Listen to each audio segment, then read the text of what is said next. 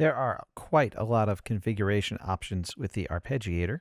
We took a look at how to enable it and disable it before, but now let's take a look at how to start really configuring it the way you want to.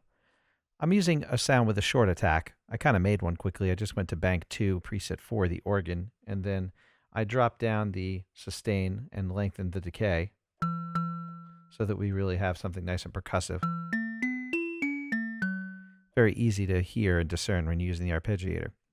So the first thing I'll do is turn the arpeggiator on. I'll play a chord.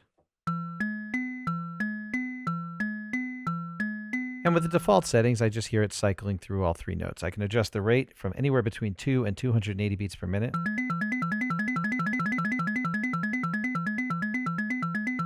Leave it a little slower now so you can discern the individual notes.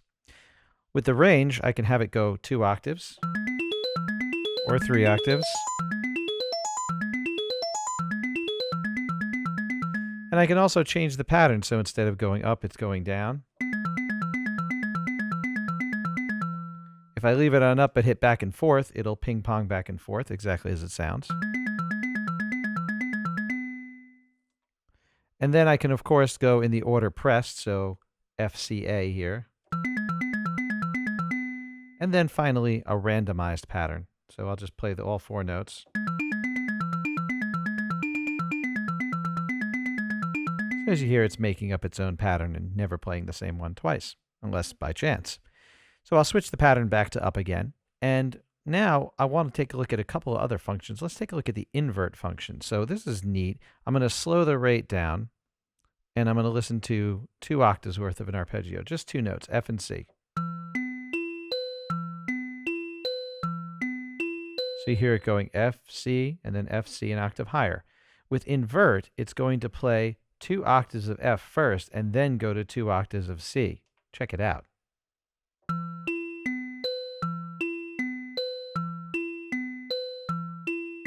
With multiple notes and a faster rate, you can add some massive complexity to your patterns.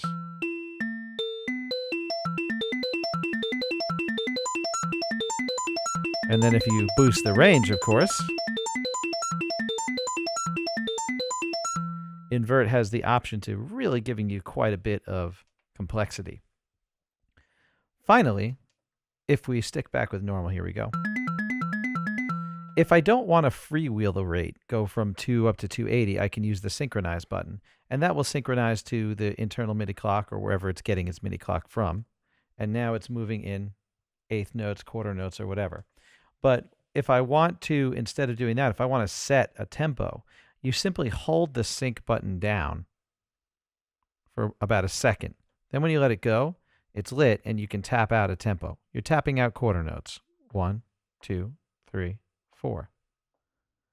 And now, as I adjust the rate, I can work with quarter notes, or half notes as it were. There we go. Triplets, eighth notes, 16th notes.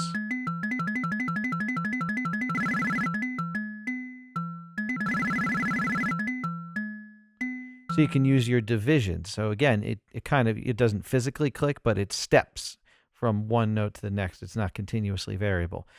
To turn that off, you're going to want to hold that down for a second again and then let it go. So just tapping it is going to read it as a tempo tap. It's not going to turn it off. And then I'm back to continuously variable.